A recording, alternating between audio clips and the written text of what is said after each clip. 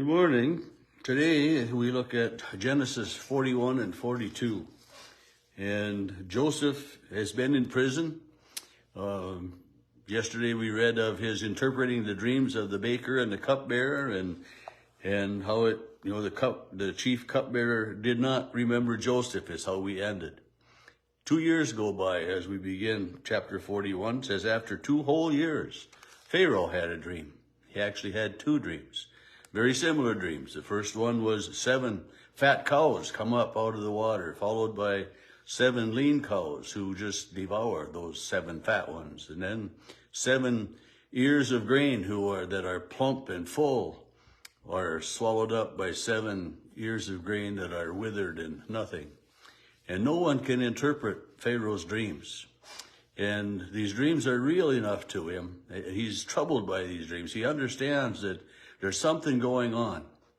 And I mean, sometimes when we dream, I've had some really weird and crazy dreams, and I just kind of wonder what's going on sometimes too. But these dreams kind of got into Pharaoh's mind, and he wanted to know, well, what does this mean? He understood that there was something to them. But it says, none of the chief, he called all of the wise men and the magicians of Egypt together. But there was no one that could interpret them, no one that could make sense of the dreams so that what they interpreted them to be made sense to Pharaoh. And it was at this time then the cupbearer remembers Joseph, remembers this Hebrew prisoner. And that's what he says, I remember my faults.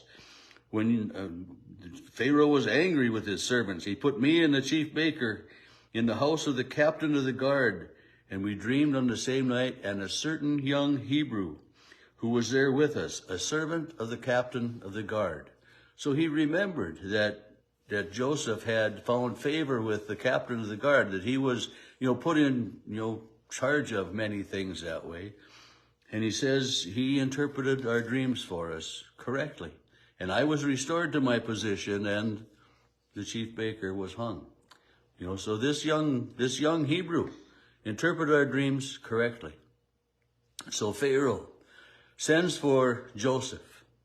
And Joseph says he was hurriedly brought out of the dungeon. He had shaved himself and changed his clothes. And it just he was brought out of the dungeon, but yet, in the prison, he was in charge of a lot of things, given some responsibilities, but yet he takes time to shave and to change clothes before he comes to Pharaoh. And I can understand that as well. So Pharaoh tells Joseph the dreams. But before he tells him the dreams, Pharaoh commends him for being able to interpret the dreams. And Joseph said, it is not I that interprets the dreams, but God will give Pharaoh a favorable answer. And so he's saying, it's not about me. And we need to remember that a lot of times in our lives too, that it's not about me. It's not me doing all of this. It's about God, and God who is faithful to us. So Pharaoh tells Joseph the dreams. Starting in verse 25, then Joseph says to Pharaoh the interpretation of the dreams, and how there will be 7 years of bountiful crops and great production, and that there will be then 7 years of famine, of no crops, of extreme drought in the lands, and hunger and devastation. And so, verse 32, Joseph says, the doubling of Pharaoh's dream means that this is fixed by God, that it will happen, that God will shortly bring it about. And that's, I've been told by seminary professors and others that, when you hear something from God in the Bible, 2 or more times, then it's worth paying attention to. And so there are many things in the Bible that we hear 2 or more times. And, some of them like prophecies about the Messiah. There are many of them. Anyway, the doubling of the dream means that it will happen. And he says to Pharaoh, this continues to be Joseph speaking. Now therefore let Pharaoh select a man who is discerning and wise, and set him over the land of Egypt. Let Pharaoh appoint overseers over the land to take 1/5 of the produce of the land and to store it up during these 7 plenteous years. Let them gather the food and lay up grains under the authority of heaven in the cities, and let them keep it, and that food shall be a reserve. So 1/5 of the crops will be stored up, and will be, they're going to be taken and stored by the government. And, if the government was to do that today, there would be tremendous backlash from it. But, the government does have great stores of many things that way as well. But, anyways, 20%, 1/5 to store it all up. Send this proposal, please, Pharaoh, it says in verse 37. And he says, can we find anyone else like this one? Speaking of Joseph, in whom is the Spirit of God? And since God has shown you this, there is no one as discerning, as wise as you are. You will be the one in charge. And he says then that, I will be the only one greater than you. Pharaoh. So Joseph becomes second in command. He's a lot of, so he comes quite a reversal, quite a turnaround from being a prisoner in the dungeon to being second in command over Egypt and everything. And so Pharaoh removes his ring and puts it on Joseph's finger to show this. Verse 46 tells us Joseph was 30 years old when all of this happened. And he went out from the presence of Pharaoh and gathered up stores, and he stored all the food and everything. And Pharaoh gives Joseph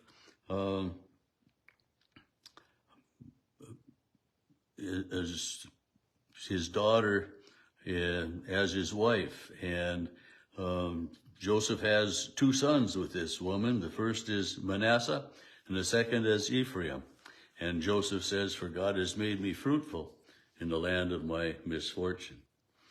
Well, the 7 good years come to an end, and the famine, the drought, and the hardship years begin.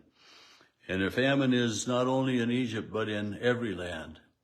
And then, everybody's coming to Joseph and getting what they need. Verse 42, so Jacob, Joseph's father, learns that there was grain in Egypt. He says to his sons, go to Egypt, get some grain, bring it home. And so they do. But he kept the youngest son, Benjamin, home because he was afraid something would happen to Benjamin. And remember that Joseph and Benjamin were the sons he had with Rachel, whom he loved, and whom, these were the most important children to him anyway. And so the other 10 brothers go. And Joseph recognizes them. Verse 7 says, when Joseph saw his brothers, he recognized them, but treated them like strangers. And I can totally understand that, but yet when it's just kind of, God is the God of grace and glory. And in some ways, I would just as much rather that Joseph welcomed them warmly and embraced them and told them who he was and said, bring my father and my other brother. But he didn't do that. He put them to the test, and he charged them with being spies. And, they kept telling him, we are honest and upright men. Our father, Jacob, is at home with the youngest brother. And we were 12 brothers, and the youngest is with our father, and one is no more. We have one brother who has died. They didn't know what had happened to Joseph. They had sold him into this slavery, but they didn't know. And so they, like their father, had come to just treat Joseph as though he had died. And, but Joseph puts them all in prison to begin with. And then 3 days later, after they've been in prison, and, really think about that. What would you do if you were in prison for 3 days that way? Because this second in command of Egypt didn't believe you, But 3 days later, Joseph calls them back and he says, tell you what, I'm going to keep one of you here. The other 9 of you can return home to your father. But you, to get this brother, this one that stays here, to get him released, your father and your younger brother, or your youngest brother at least, must come with you. And so they go home with the grain, and as they were on their way, they discovered that the money had been put back in their grain sacks as well. And they were puzzled by that. And when verse 35, as they were emptying their sacks, in each one's sack was his bag of money. And their father saw their bundles of money, they were dismayed. And then Jacob says, I am the one you have bereaved of children. Joseph is no more, and Simeon is no more, because it was Simeon that Joseph had chosen to stay there. And so Jacob writes Simeon off as good as dead as well. He has lost, now he figures, 2 of his sons. And his person wants the youngest brother to come. And Jacob is afraid for his life. And Reuben says to his father, you may kill 2 of my sons if I don't bring him back. But at this point, as we end today, Jacob is adamant that no one's going back to Egypt again, especially his son Benjamin. Our story ends there for today, but we know that's not the end of the story. And so Jacob says, my son shall not go with you, for his brother is dead and he alone is left. If harm would come to him, that you would make, you would bring down my gray hairs with sorrow.